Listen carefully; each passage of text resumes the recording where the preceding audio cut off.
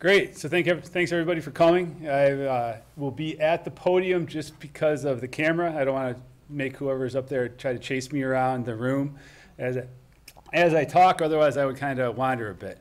So I'm going to talk about resilience, the science of it, and how we've used that in our practice, both to advise cities in terms of land use planning, zoning, but also building standards and in our building projects.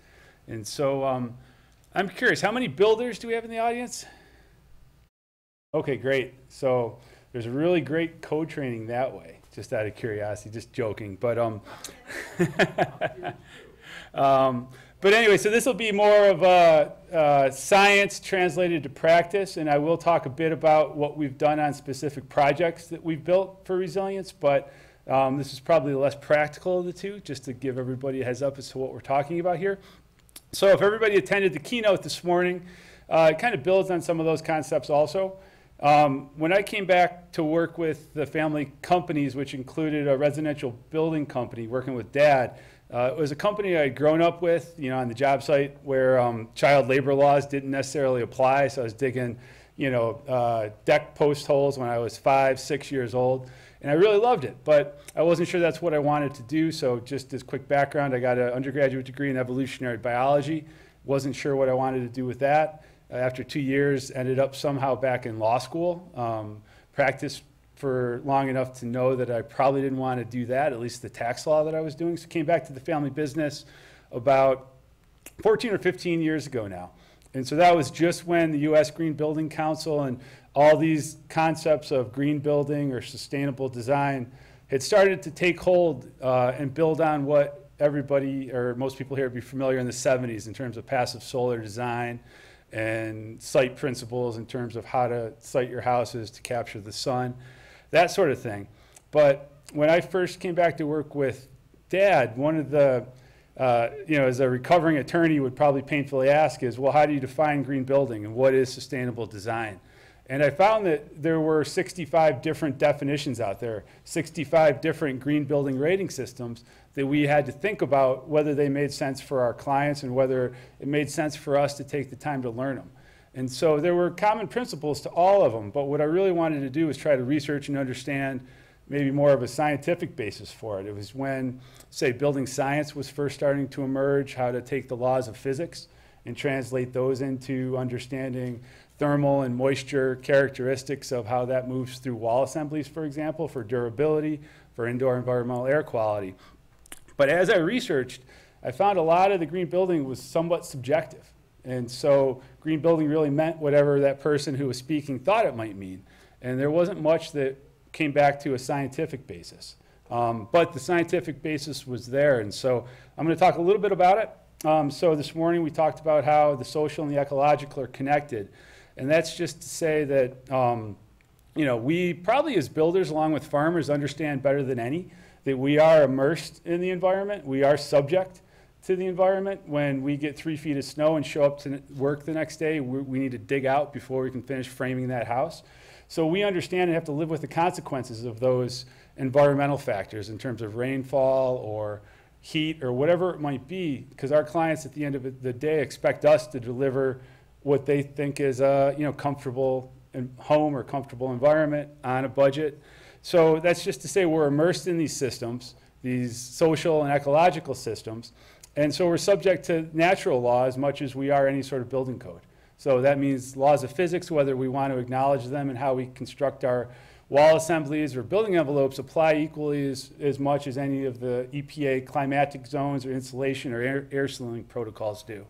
So that's just to say, and this is kind of the big scale stuff. So on all my presentations, I also invite any sort of comment or questions from the audience. I love having gone to law school where you get hammered from the Socratic method by most professors. I invite any sort of criticism or thoughts as we go. And this group is small enough that I think we can have a conversation. So we as a species have become a geologic force. And so that seems abstract. That, you know, you've probably heard it in terms of climate change, but generally I don't even say the word sustainability. I don't use the word green building, and I don't use the word climate change, even though I accept all of the science is true. You know, I think that's one focus. But there's so much more, and I think we as builders recognize that. When we move onto a site or we see a subdivision plan from an architect, that generally all life is scraped from that site. It's cleared to make way for the roads and the infrastructure, and then we go back and plant it after. Some of the more enlightened architects or planners may, or municipalities may require that we protect some of the more mature vegetation or trees on the site, but generally we scrape everything off the site, dig a big hole, put a lot of toxic chemicals and high energy materials in the form of concrete and waterproofing, and then we construct something that's going to use materials and resources over a very long period of time. And so this photo actually, in terms of resilience, it's kind of a trick photo. It's not after a natural disaster. That's actually a conscious decision by a local university where I am at in terms of budget and schedule to remove 18 houses to make way for what would be a LEED for Homes Gold certified dorm project. And so, you look at that, they were 18 two-family houses, essentially student housing. You wouldn't think much of them. They're the sort of houses you drive by in any upstate city, varying states of repair. But so that decision has consequences beyond budget and schedule. All of those materials were landfilled, and I'll talk a bit about the case study in a few minutes. But so really it comes down to what we believe and what we believe about how we build. And some of that ends up in our codes, some of that ends up in our green building rating systems. But the one thing I would, if I don't share anything more and you guys don't hear anything else I say, which is okay, what we believe really matters in terms of the choices we make. And the rating systems that we use are somewhat agnostic or don't really acknowledge the ecological consequences. When you check a box for a sustainable flooring material, for example, cork, 3 to 5,000 miles away, bamboo 6,000 miles away, or local sustainably sourced quarter sawn maple or oak, you get the same amount of credit points under that rating system for any of those choices. But do those choices have equal ecological or social or economic consequences? They really don't. And so there's like a false equivalency to a lot of decisions that we make. And I think demolition versus deconstruction is one of those. But so that's just to say, I'll skip this because I know we're moving a bit faster. So that's just to say, as a geologic force, what we believe about how we build our houses and our communities, that actually is the driving force behind a lot of the environmental change and problems that we're finding. It may seem abstract that one species has become a geologic force, but the values really take form in the ecology. How we build shapes the ecology, which provides feedback and consequences to us. So this photo is actually New Jersey after Hurricane Sandy. So when you think about where we are really, resilience talks about thresholds, managing unknown, unprecedented change. That's something we as builders need to deal with. So any sort of energy modeling, for example, for a zero energy project, that's going to be based on historical weather data, basically the past 30 years. Same thing with our stormwater management design for sites. All that's based on recent history. But from the science, the conclusions are that the near future, the next 30 to 50 years, the rate and pace of change is so intense that we really can't rely on that recent history when we design our houses. So as a builder with warranty consequences or reputational consequences, how we build and choose everything from the amount of insulation to our sites or how we waterproof or damp-proof our foundations, we're relying on our traditional knowledge and historical knowledge, which is well-earned and hard-fought in place from prior generations of builders, certainly. But with the rate and the amount of change, some of those assumptions about how we build and how we want our houses to be there for the next 100 years are going to be subjected to more change than they've ever been. And so we need to understand what that might look like and understand exactly what sort of information these energy models are giving us and how accurate or inaccurate they might actually be. So one of the big consequences about how we build, the values we use and the values that we put into our houses when they take biophysical form is actually, again, somewhat abstract maybe for us, but again, if you think about how we build when we move onto a site and really clear that site, we're clearing biodiversity. And cumulatively, with our agriculture in cities, we've caused the 6th great extinction event.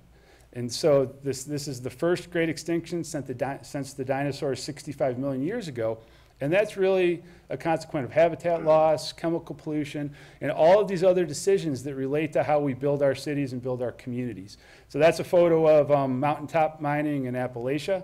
I don't know if anybody's familiar with coal mining in Appalachia for the mountaintops, but that's one of the world's most biodiverse freshwater ecosystems. More than 500 mountains have been really blown up with the coal extracted from the top, and then as remediation is essentially grass seed and a few other stormwater management measures. But so that's a choice of belief that when we choose, say, for an energy model or for our houses, if we select electricity as an energy source, well, electricity is not really an energy source.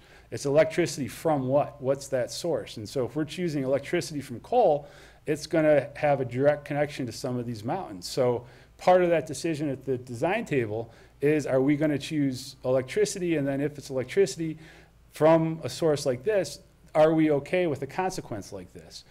Because that's a product of our decision to build a house in upstate New York, is this sort of thing. So if we think about, the 46ers up here, the same thing in Appalachia. Imagine if coal was in the mountains up here and our regulatory or our legal environment allowed the extraction in this form. What would that do to the identity or the Adirondack community? There's a website you can go to, ilovemountains.org. You can put your zip code in. You can actually trace back, or at least you could, I don't know if they still have the tool there, of which building you live in, where that electricity is drawn from, and whether it would be connected back to any of these mountains. That would tell you which specific mountains had been extracted to provide energy for that building or for that city. And so that's one of the invisible consequences when we talk about net zero energy. There is no such thing as net zero anything in nature. There's cycles, there's patterns, there's processes. And we as builders are completely and utterly responsible and implicated and involved in these patterns and processes by the choices of where we extract our materials. And this may be okay. I would argue it's not, but for certain people, they may think that form of extraction and energy production is okay. So I'm not here to issue any sort of judgment other than just to say that that's part of our choices when we choose our energy supply and sources for our buildings. And so, for this audience, for builders predominantly, same thing with our cultural systems. We used to build much differently 100 years ago. That's a photo of downtown Syracuse in the early 1900s. And so as a predominantly residential builder today in a family business, it's unimaginable how these buildings were constructed in the early to mid 1800s. Even the farmhouse I live in, built in 1830, I'm just in awe in terms of what the builders did and how they constructed that structure so it still persists and is durable 180 plus years later. And again, that's part of what we believe about how we build. If it's just efficiency, then quality may suffer, as we've seen and talked about in earlier presentations. So that's just to say, as we've become a geologic force, as we've increased the rate of change globally that our buildings and we are going to have to experience over the next 50 years, we're also losing sources of knowledge, historical knowledge. So for us in Central New York, it's very hard to find a good mason or a good trim carpenter. Most of them are very, not very old, but 50s, 60s, 70 years old. That knowledge isn't being transmitted to the next generation. There's very few workers that are learning the old ways or sometimes the less technologically required or lower energy ways to do something. So all of this knowledge is really evolutionary, and all of this knowledge really goes to our adaptability and our health as a community and how we're going to be able to respond to climate or biodiversity loss or any of those things. Our knowledge as builders is applied. It's in the field with shovels and hammers and backhoes. And so we're very much an evolutionary force in how we design and build. And it very much has evolutionary consequences for my kids, your kids, and future generations. Just like, if you don't air seal the building properly, you leave a hole in one area of the building, all the moisture is going to go to that one hole and you'll have mold issues or whatever it might be. The laws of ecology apply equally as the laws of physics. We just don't understand and include them in our design and decision-making process as well as we have the laws of physics. So we talked a bit more earlier about traditional ecological knowledge in that same case study. So that's just to say, as we standardize our rating systems and standardize our codes, and we reduce the number of climate zones in the United States, say to 8, and we believe there's only 8 different climate zones across the continental United States, that's a human fiction. That doesn't recognize the diversity of local conditions, that how different the Adirondacks is from where we build around Syracuse and Casanova or Skaneateles, New York, or even on what side of the lake we're on in Skaneateles, or the different changes even here locally. So that's just to say, we've worked a lot with the USGBC to try to advocate more of a regional or place-based framework. This is just a study that I did for the local USGBC upstate chapter. And so those black lines are basically zip codes. And so in the back, the color is a professor out of the University of Maryland that said, when you use, say, a climatic zone, or you're trying to pick a native species and understand the ecology of where you live, we've grown so big as a geologic force, and we're so populous that we've had such a transformative impact on the landscape that there's no such thing really as a pristine site. Almost everywhere in the world, except some of the coldest places or the most inhospitable places, the extent of our interaction with that landscape is so intense that we've altered it, how it functions. And so a good example, the city of Syracuse that we do some work. 200 years ago, that was and I'll have a case study, really brilliant, biodiverse mosaic of local wetland systems. And you can look at how those systems functionally managed water, just as our cities have to manage water. But when we built the city of Syracuse, that historical system was basically filled in and obliterated.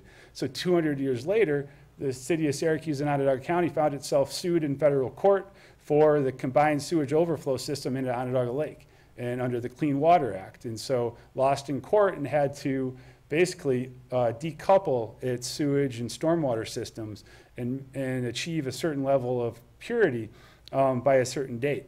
And that's all because we simply didn't know 200 years ago, if you move in and obliterate the local ecology that handled stormwater and managed that water cycle in that system, and then we built a city of houses that were really ignorant of that didn't understand that system, the consequences came back around.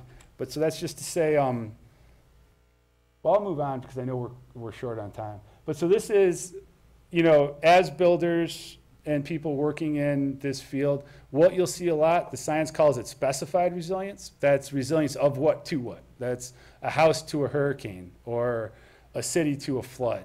And so these graphics are taken from different reports that came out after Hurricane Sandy from different community of experts.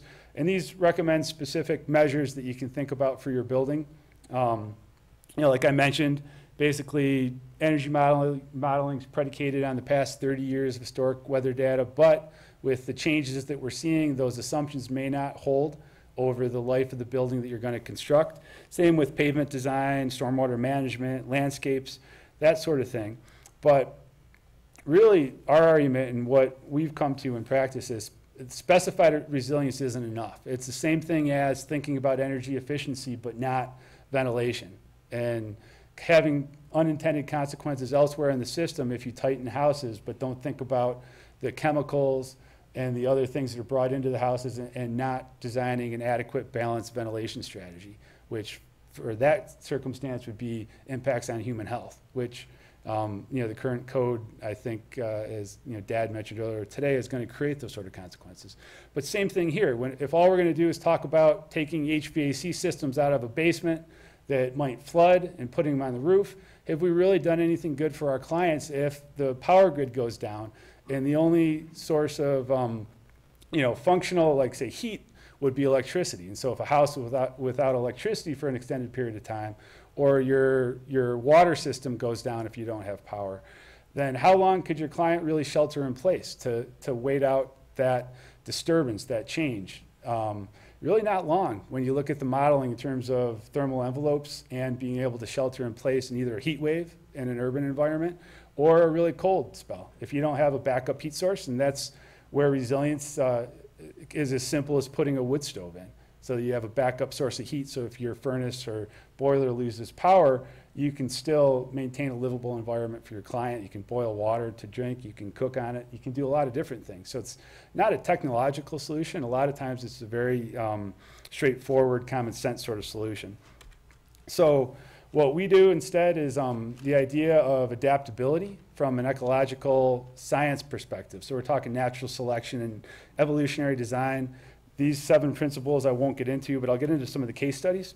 Another thing we found, we talked about E.O. Wilson's Half Earth proposal, where basically just leave half the Earth alone for other species and we'll take the other half.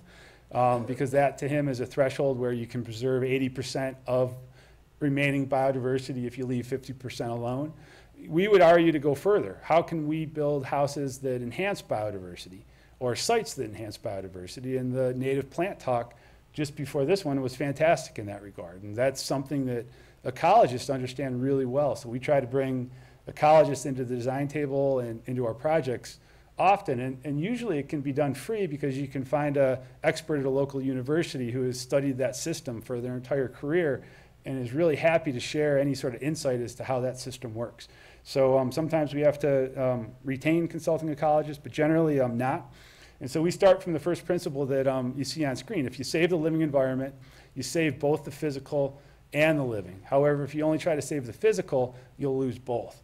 And so that's just to say, if all we're trying to do in terms of climate change is count atmospheric carbon and try to fix a variable of 350 parts per million or whatever it might be, then we still might lose the living world which we're a part of, that we're irrevocably immersed in, that any definition of health we have still relies on nature to provide, drinkable water, breathable air, fertile soil, all the stuff that the services that we take for granted that our houses don't have to include functionally. We don't have to include ways to grow food in how we build. We can sometimes, but generally we don't. So that's where we start from a design principle, and this is a photo just from Google Earth of a site. It was actually the same project that Dad talked about earlier today that he showed with the heavy timber frame structure and ICF. So that was a pre-existing condition. It was an old agway with every sort of toxin you can imagine, PCBs in the window and chimney caulk, asbestos, all of that stuff. So a real history of industrial use to it. An old failing dam at the bottom that you can see on the screen there, barely. So the client said, well, I want the most sustainable house in the world, but you have to justify what that means. And so he said, if it's USGBC Platinum with the most points under the rating system, that's great. If it's NAHB, Green Building Standard, that's great. But tell us what it is. And so we posed this framework to him. And the first thing that we had to do, and I'll get into this a bit more, is 3 steps for resilience, really. Is first you have to, so there's the finished product. And there's certainly criticisms to that, so I invite those as well if anybody has any. So 3 steps. So the idea of resilience is the ability to manage change and continue to function while preserving your identity. So managing change, it could be any type of change. It could be a hurricane. It could be a wildfire. It could be a riot. It could be, like we talked last night, a zombie apocalypse. It could be whatever change that is, any sort of disturbance. We can't predict the sort of change that we experience, I think, in any sort of meaningful way because of the rate of change that we've really unleashed in the world. So it's not a specified resilience. We're not just asking how can this house be, manage the change of a snowstorm or something. We're trying to manage unknown change as well with it. Continue to function. We measure that both from a human social perspective, like Dad mentioned, in terms of what our clients expect of us as builders, a nice house, pleasant indoor environment that people just feel is healthy, and that usually is connected to either chemical levels or ventilation levels. So when the power goes out or, something else happens in central New York where the grid goes down or the food system is disrupted or whatever it might be, how does this house continue to function to provide our clients, its occupants, basically those minimal functions in January at -15 or in August at 90 degrees. And so it's again, stuff as simple as wood stoves and enhanced insulation. And you can model, temperature rise and temperature decrease inside over X number of days if your heating system fails and you have no other source of heat that doesn't require some form of power. So you can create relatively good ideas of, so if you lose power and you have no other source, with this level of insulation, you can shelter in place for 8 days before it becomes what you might think is unlivable if the heat wave persists, whatever it might be. But so when we look back here, one thing we found was the original builders on this site actually created the earthen dam and an early limestone dam. They dammed basically a wet forest to create a local economy, both ice production that was sold around the world, but then also a hydro resource for a mill that they used the mill for different purposes. But when they created that pond, they actually enhanced biodiversity over the intervening 200 years, because that pond actually connected to a wetland just upstream of about 400 acres that over those 200 years, those builders actually worked really similarly to beavers, honestly, where they modified the habitat to create opportunities for other species. And so a really rich biodiverse community had moved in those 200 years. The dam was about to fail, and the pond would have been lost. It would have had significant water quality impacts for both upstream and downstream. It would have had impacts on our clients in terms of another potable water source potentially and all the other benefits it provided. And so when we look back, one of the most encouraging things we found was the original builders came in and created a vibrant local economy and built on that site in a way that enhanced biodiversity. And so what had we forgotten in those 200 years when all we could think to do, or all society could say to do, is build zero energy, net zero energy, and oversize your PV. And so we look back to try to understand how they did that. That's step one. Step two, you basically evaluate what's there. And usually that's free information from New York State DEC sources in terms of ecosystem types. You understand what the ecological function is there. You understand what limits you have, like a building full of PCBs and asbestos, and what you might be able to salvage and deconstruct from that building, or you can't.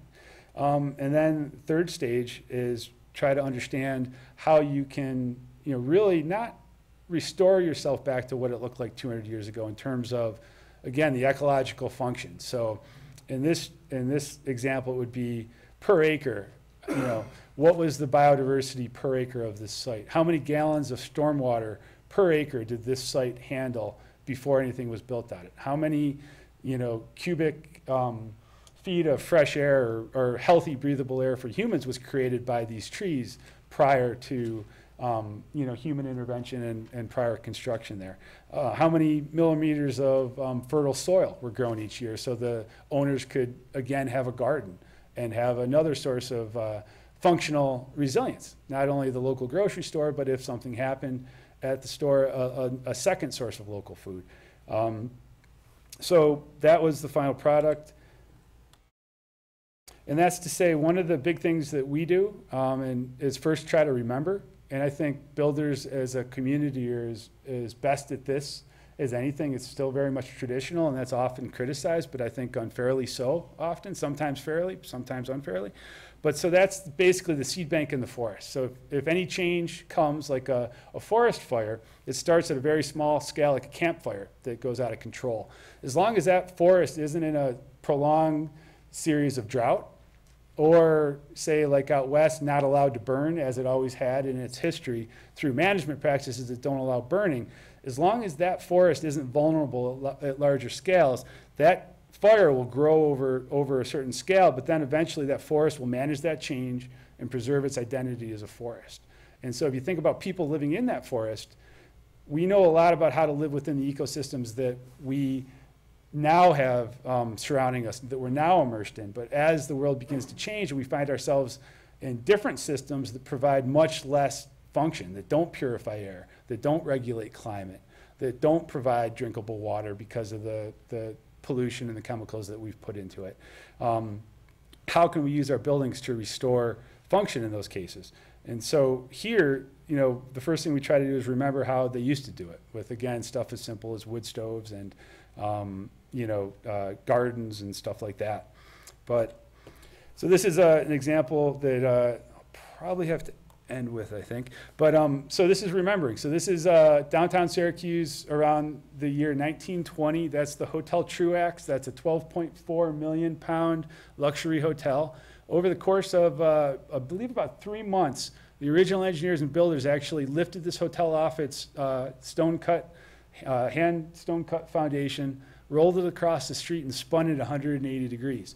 During that entire 3 months, it never actually closed. Guests continued to check in and out, hot showers in their rooms, luxury meals in the dining room during that whole period of the move. And so, again, 12.4 million pounds, and this was 1920. And so we initially, the city of Syracuse and a lot of upstate cities have a real significant problem in terms of abandoned, vacant homes and demolition and trying to find funds to remove these houses.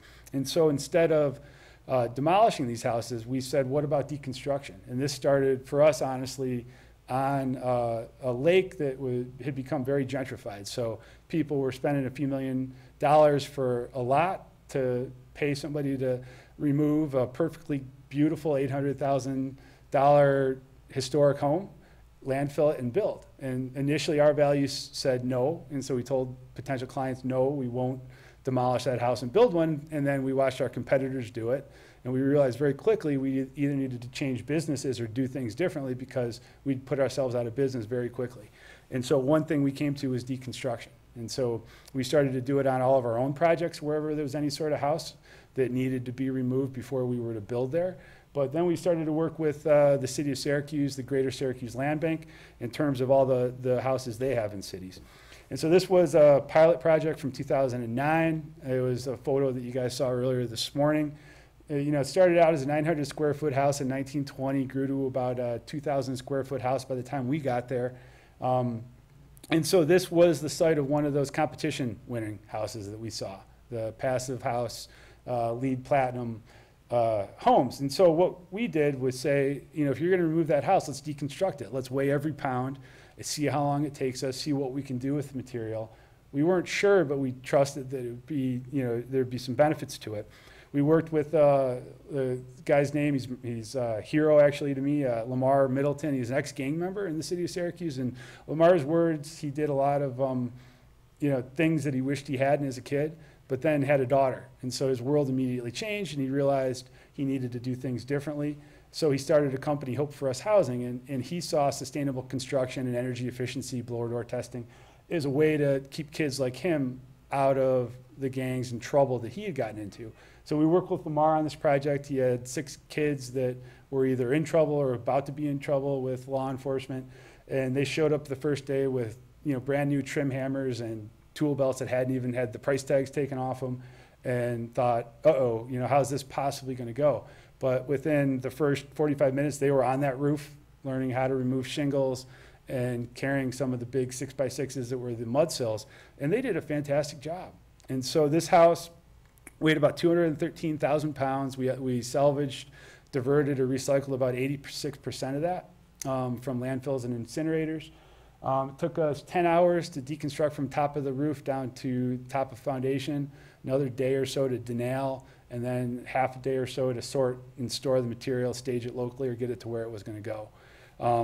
So prior to this, the city was somewhat terrified about the idea of deconstructing houses. They were really concerned about exposing workers to toxins like asbestos, lead paint, PCBs, all these things, safety issues of people on roofs, but it's really just the reverse of construction.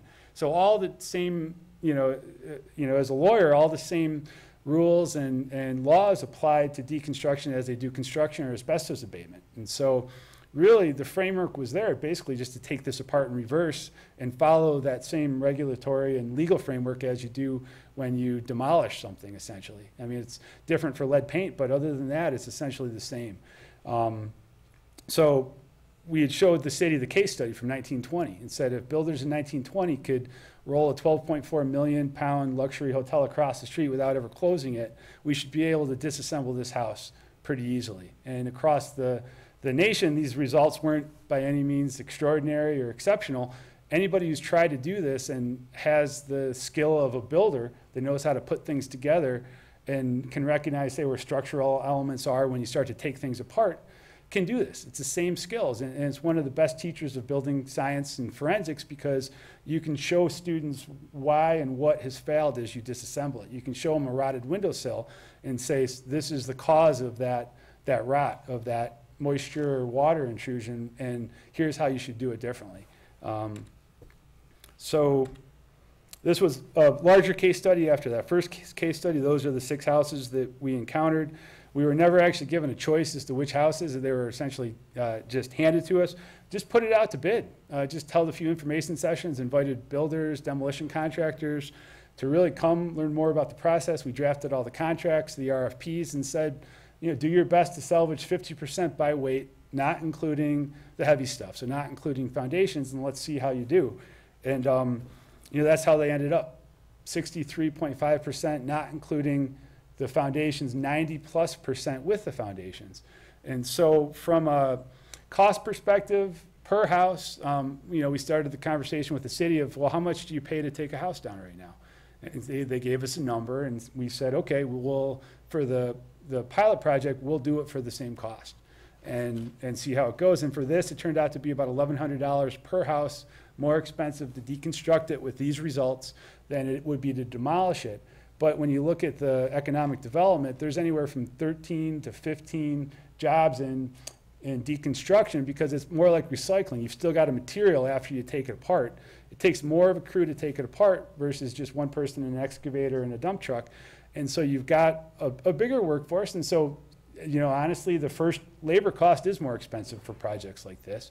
Kind of like the first cost of an integrative design process is more expensive for the project that, say, Jesse talked about, where you've got to get everybody looking at that same napkin in that same room, communicating with each other from their unique perspective of what their expertise is. Everything from the maintenance staff to talk about how the maintenance room should be in some of these bigger buildings, to the builder, to the architect. And then you create a framework where everybody can share their expertise and learn from each other, and you put all of that upfront thinking into the design. And then after it's built, if a lot of studies would show 10% of the cost of any building is the first cost of construction, 90% of the cost of any building is the life cycle operational cost. And that's where savvy and more leading developers are starting to understand, we'll just offer a fixed market rate rent for tenants, and we'll take the savings because we know how this building is going to operate at a reasonable amount of assurance. And so it's the same thing here. There was an antique dealer that actually hired some people and deconstructed a few houses because he wanted the materials to sell or to remake into flooring. Lamar took everything that none of the other, there was another demolition contractor actually that had won most of the projects, but it was just testing the market. There wasn't anything special or subsidized about this. And so after you can consider the material sales from these, it was actually about $690 cheaper per house to deconstruct a house than it was to demolish a house. And that doesn't even include the jobs and the workforce development benefits, or the fact that deconstruction is actually a better way to manage lead paint. The city of Syracuse has the nation's highest percentage of kids with elevated blood levels. And you look at the research in terms of lead deposition from demolition versus deconstruction, demolition is a huge contributor to lead-based paint deposition in neighborhoods if appropriate dust suppression techniques aren't followed. And same with asbestos. When a lot of these jobs in cities now are variance projects where you get a building official or an engineer to walk up to a house, look at it, and say, yeah, I'll condemn that house. It's not safe to go into abate. And a lot of times it's not, to be fair. Then you can go ahead from a variance demo and just demolish it with the asbestos in place. And so, again, that gets dispersed in the dust in the air and all of that. And other toxins in buildings too, the PCBs that might otherwise be distributed, the mercury and the thermostats, all of that. But so that's just to say that a lot of the value isn't integrated in those savings. It's probably about half of what we could actually put a reasonable number on. So I think it's even more profitable for communities to do this. Okay, it's 5 minutes. Yeah, no, if anybody had any questions, go ahead, because I really, yeah, go ahead. Guys, how do you get around Code Rule 50?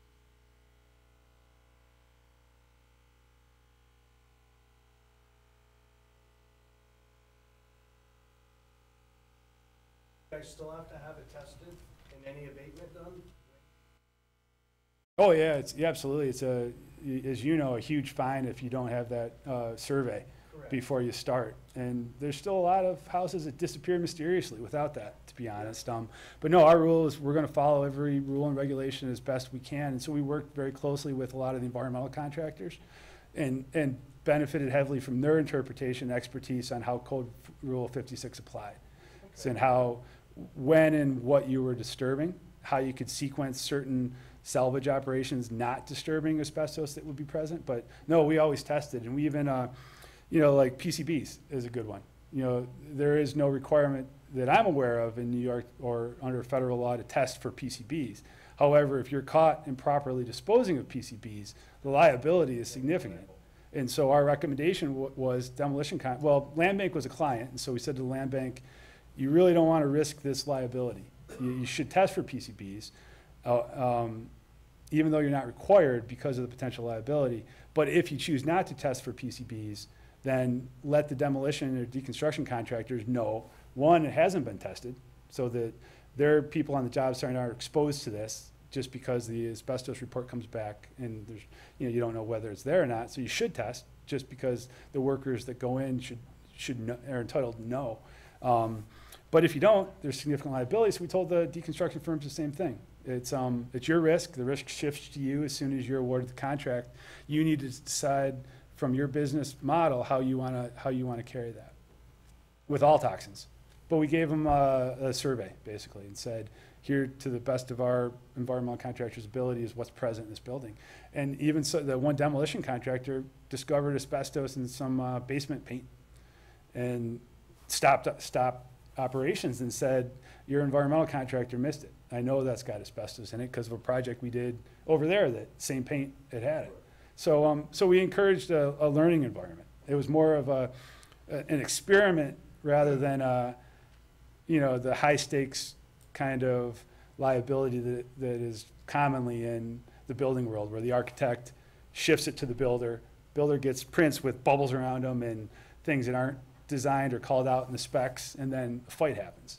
And it usually goes to court, and it's profitable to litigate for the attorneys involved, but everybody else loses. So we wanted to create as much transparency and environment for people to share any thoughts they had, because, you know, and that's where it's nice with deconstruction is you can bring everybody to that house and talk about it. It's not conceptual. You know, you don't meet in the boardroom. You go to the site and you talk through how you're going to take it apart. And so demolition contractors weren't necessarily versed in some of the structural elements. And so we as a builder would say, oh, you've got to sequence it this way before you take that beam out.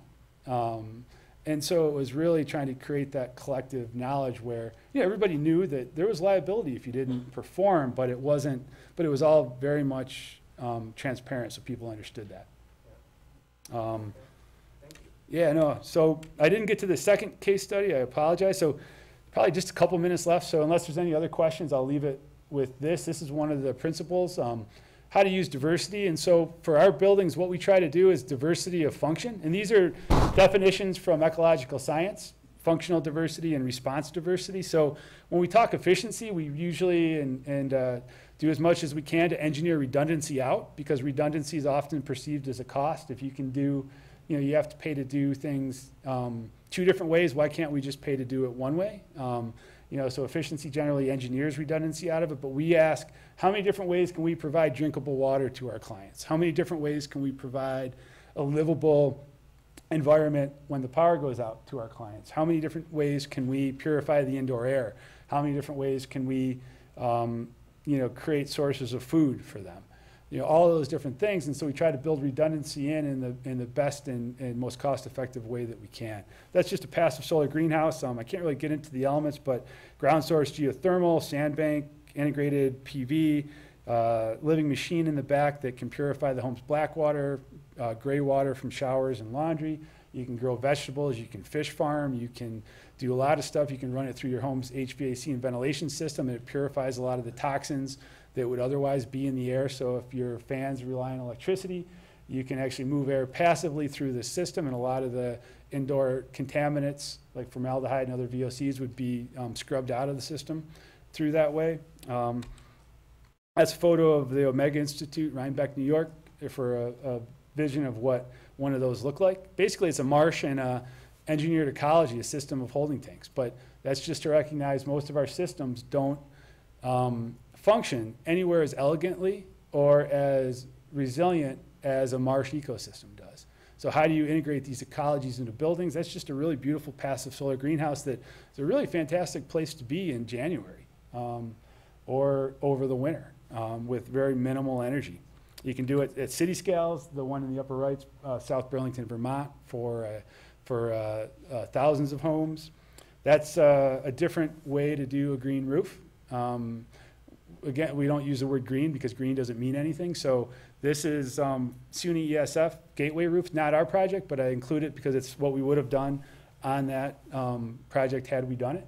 Our living roof designer, Marguerite Wells, would always tell us, only do a living roof if you like how it looks, because functionally there's not a lot of ecology on it. It doesn't help the bees and the pollination.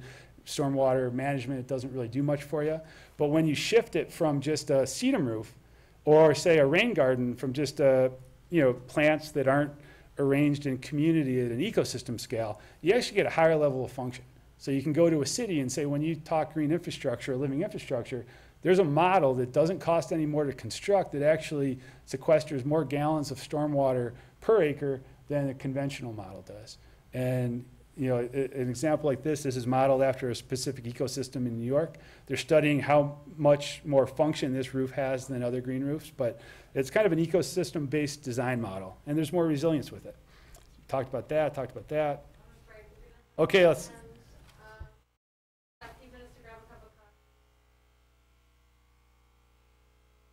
Great. Thanks, everybody.